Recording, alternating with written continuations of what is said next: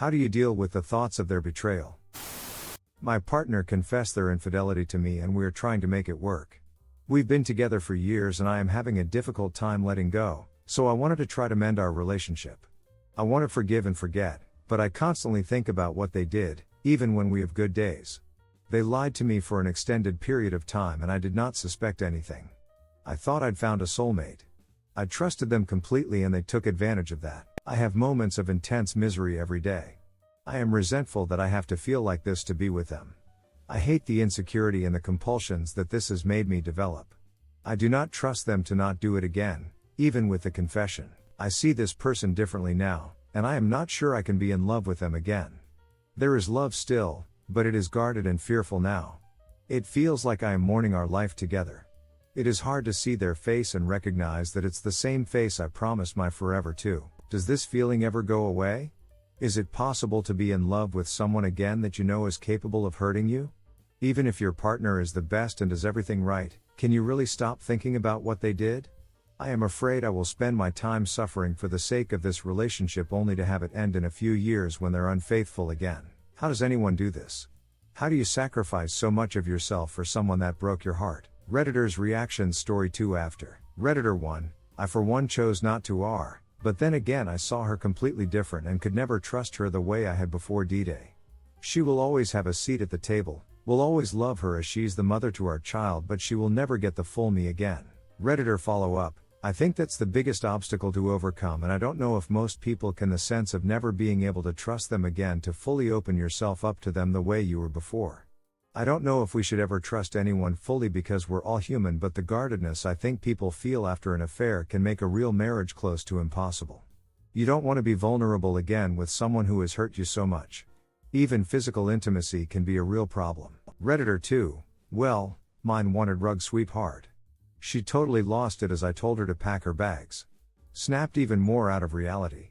4 months later she realized what she did but fell in such a deep toxic shame pit. It was impossible to reach her. Then later she stood at my door telling me I want that it's like before, what I dismissed. Then another month later we had court date and she could not look in my face. A week later I reached out to her, apologizing for the harsh words in the court and offering a talk. I really love her still, but I also teach her a lifetime lesson. I don't know how it plays out and am sorry for the kids who stayed with me. She pays support. But I'm also anticipating the final results. Her betrayal was over 2 years full-blown love affairs, but also random guys, BO jobs, being a drinking, lying to everybody. So even betraying the apps who also love her, it's quite astounding. We never had a dead bedroom or no activities together. Just in the final months she gaslit, became strange, like she felt impending doom, while I was the best husband ever. The thoughts you mention, I rationalize them. People do bad things, you never can be sure. But it doesn't affect you as person, they are external influences. They can't rob you of your internal happiness, they should be multiplicators of it.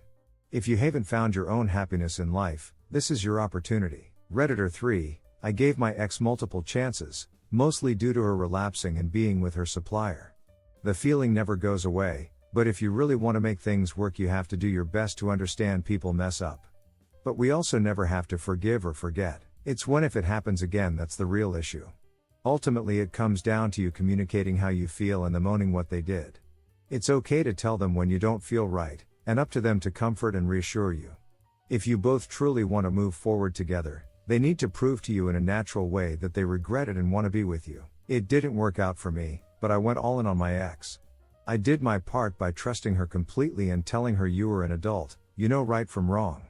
Never once did I try and control anything because she's an individual. She actively chose to be terrible and lie and cheat again. But that's not to say you two can't build the trust again and keep it going. Good luck. Story 2, cheat on me with 5 guys? I'll destroy your scooter. Not sure if this is pro-revenge or petty revenge, but I got away with it so I guess I'll try here first. Bitch ex-girlfriend equals Bex, not her real name. A brief description of me at the time when this happened. I was 18. I had been working my first real job for about a year or so and had bought my first motorbike. This is important but we'll get back to that later. So I was a late bloomer with the girls and I had finally gotten my first GF, Bex, who had just started working at a cafe near my work. I was stoked, she was hot and most importantly she seemed to really like me. I was from another country, had a sexy accent and rode a motorbike. Turns out I ticked all of her boxes, so we started going out, and within a few weeks she finally punched my V card. It wasn't great, but hey, I finally got some. After the first month or so, Bex took me to visit her parents, and I had invited her to come over and meet my family over dinner. My mom even made Bex a birthday present.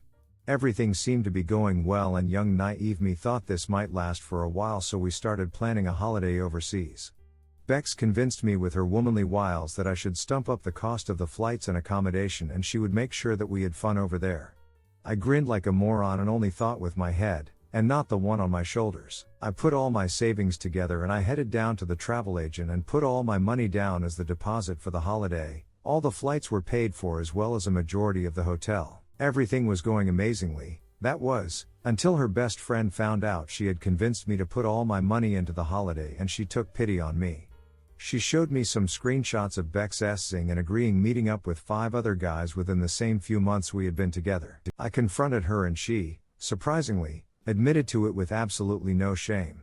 She saw nothing wrong with it. That's what really pissed me off. The fact that she just said, "Yeah, I did see them. I just didn't think you'd care about it." Like BTCH, really?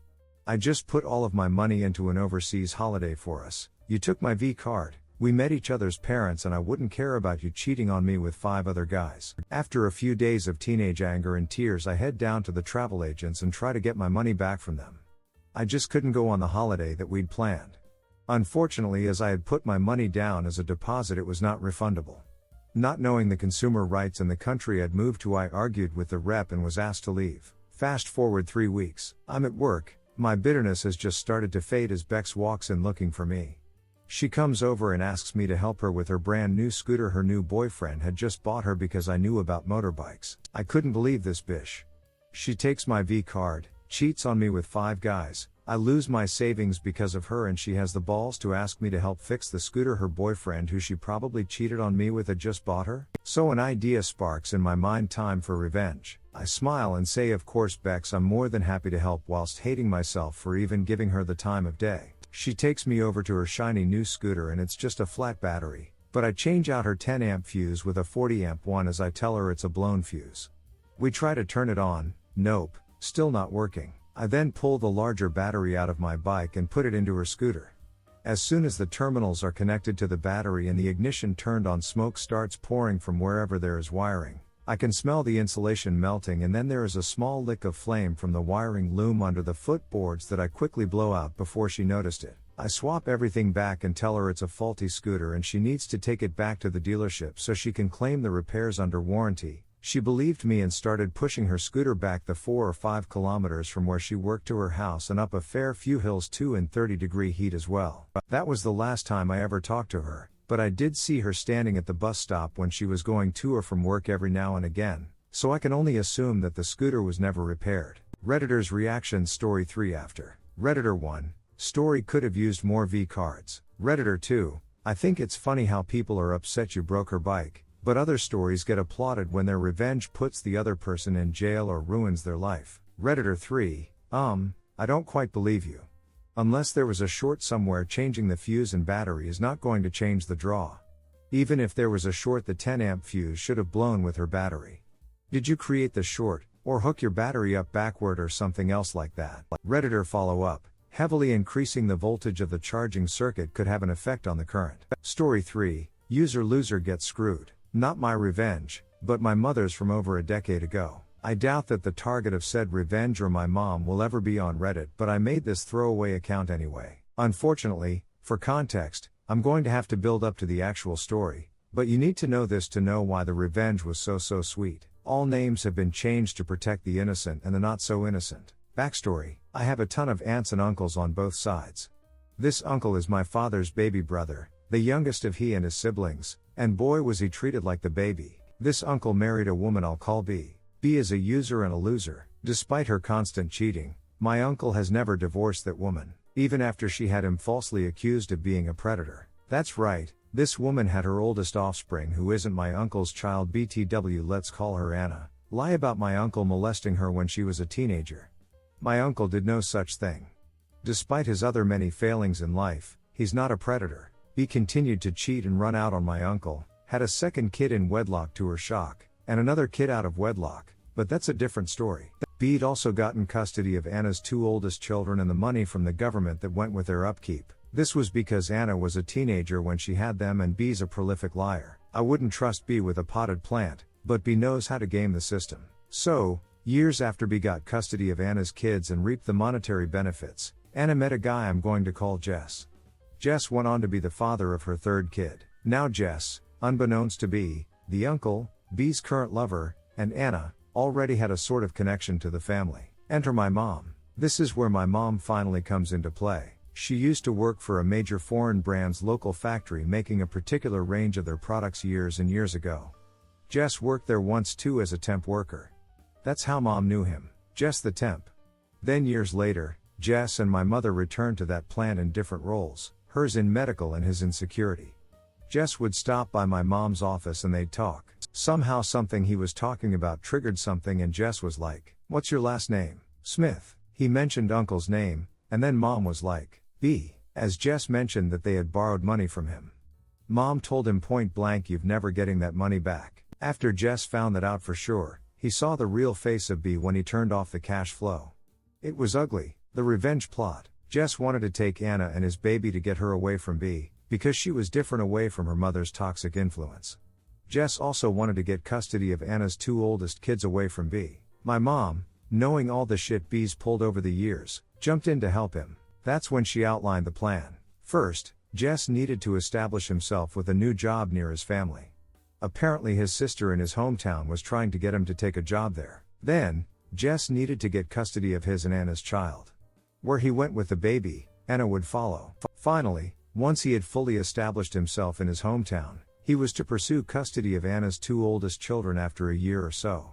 This would prove he was a stable provider and that he could help Anna take care of the kids. Jess followed my mom's plan to the letter. He got custody of his child, went back to his hometown, and Anna did indeed follow where the baby went. With Jess gone, mom didn't know if she'd get any other info. Then she found out this juicy tidbit later. So, you see, B was not pleased that she was about to lose custody of Anna's 2 older kids, and the money she got from the state for their upkeep, and ripped Anna and Jess a new one in the elevator. Right in front of the child advocate. B had no idea that the child advocate was even there when she went into her little tirade. I wish I had been a fly on the wall once they got to the room for the hearing when B was stripped of her custody of Anna's 2 kids. In the aftermath, my mom always had a bit of an evil smirk about how B had no idea who the architect of her destruction truly was. That would normally be the end, but there's an epilogue. Epilogue. Years later, when a family tragedy brought my father's side together, Anna and Jess, and the kids were in to pay respects.